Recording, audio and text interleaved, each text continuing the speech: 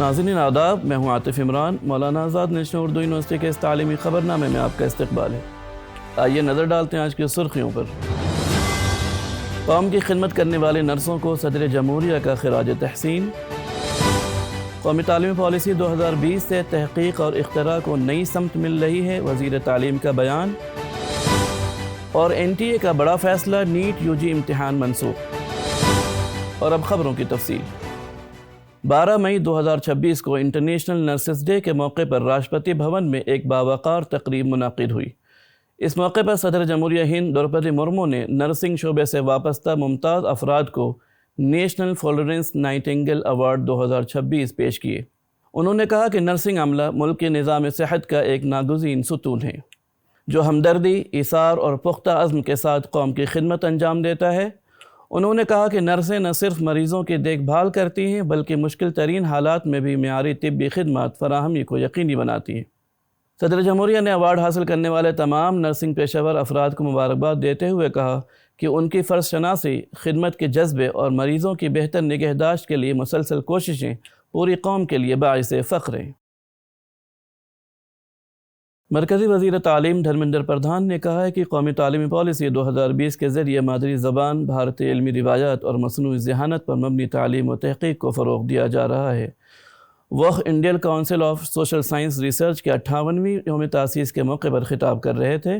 انہوں نے کہا کہ ICSSR سماجی علوم کی تحقیق کو بھارتی نقطہ نظر سے نئی سمت دینے اور پالیسی سازی کو مضبوط بنانے میں اہم کردار ادا کر رہا ہے۔ وزیر تعلیم نے کہا کہ پوری دنیا بھارت کو اعتماد اور قیادت کی امید کے ساتھ دیکھ رہی ہے۔ انہوں نے زور دیا کہ وکست بھارت 2047 کے ہدف کے حصول کے لیے ملک کی تہذیبی وراثت، تاریخی شعور اور قومی اعتماد سے رہنمائی لینا ضروری ہے۔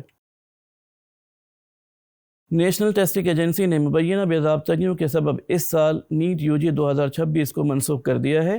NTA کے ڈائریکٹر جنرل ابھیشیک سنگھ نے کہا کہ امتحانی عمل متاثر ہونے کی شواہد ملنے کے بعد یہ سخت فیصلہ کیا گیا۔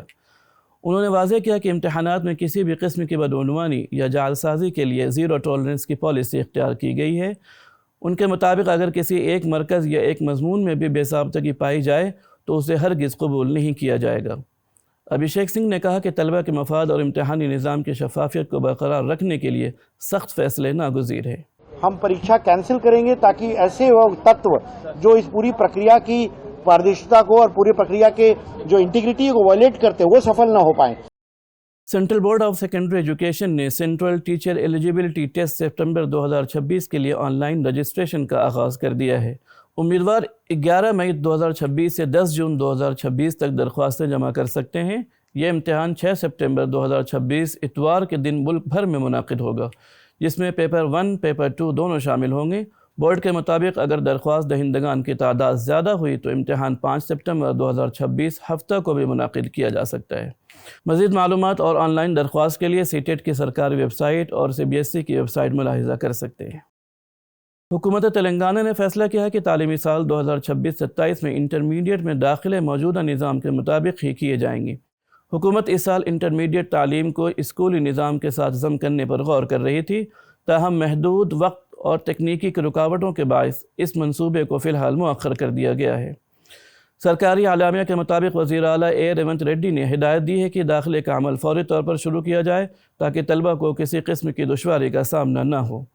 یاد رہے کہ تلنگانہ ایجوکیشن کمیشن نے موجودہ انٹرمیڈیٹ نظام ختم کر کے CBSE کے طرز پر 11ویں اور 12ویں کلاس متعارف کرانے کی سفارش کی تھی۔ مشہور ماہر تعلیم آنند کمار نے سپر انفینٹی کے نام سے ایک نیا digital learning plate form launch کیا ہے، جس کے ذریعے لاکھوں طلبہ کو ریاضی اور سائنس آسان اور دلچسپ انداز میں سکھائی جائے گی۔ اس پلیٹ فارم پر اینیمیشن، اسٹوری ٹیلنگ، میوزک اور روزمرہ زندگی کی مثالوں کے ذریعے مشکل تصورات کو سمجھایا جائے گا۔ آنند کمار نے کہا کہ جہاں سپر 30 میں ہر سال صرف 30 طلبہ کو موقع ملتا ہے، وہیں سپر انفینٹی کے ذریعے معیاری تعلیم کو ملک بھر کے بچوں تک پہنچایا جا سکے گا۔ انہوں نے کہا کہ تعلیم کا مقصد رٹنا نہیں بلکہ سمجھنا اور سوچنے کی صلاحیت کو فروغ دینا ہے۔ انڈین انسٹی ٹیوٹ آف سائنس بنگلورو نے تعلیمی سال 2026-27 سے انجینئرنگ اور ٹیکنالوجی کے شعبے میں 3 نئے BTech پروگرام شروع کرنے کا اعلان کیا ہے۔ نئے کورسز میں BTech in material sciences and engineering, BTech in mechanics and computing اور BTech ان ایرو اسپیس انجینئرنگ شامل ہیں۔ ان پروگرام میں داخلے جی ای ایڈوانس 2026 کے اسکور اور جوائنٹ سیٹ ایلوکیشن اتھارٹی کے کونسلنگ کے ذریعے کیے جائیں گے۔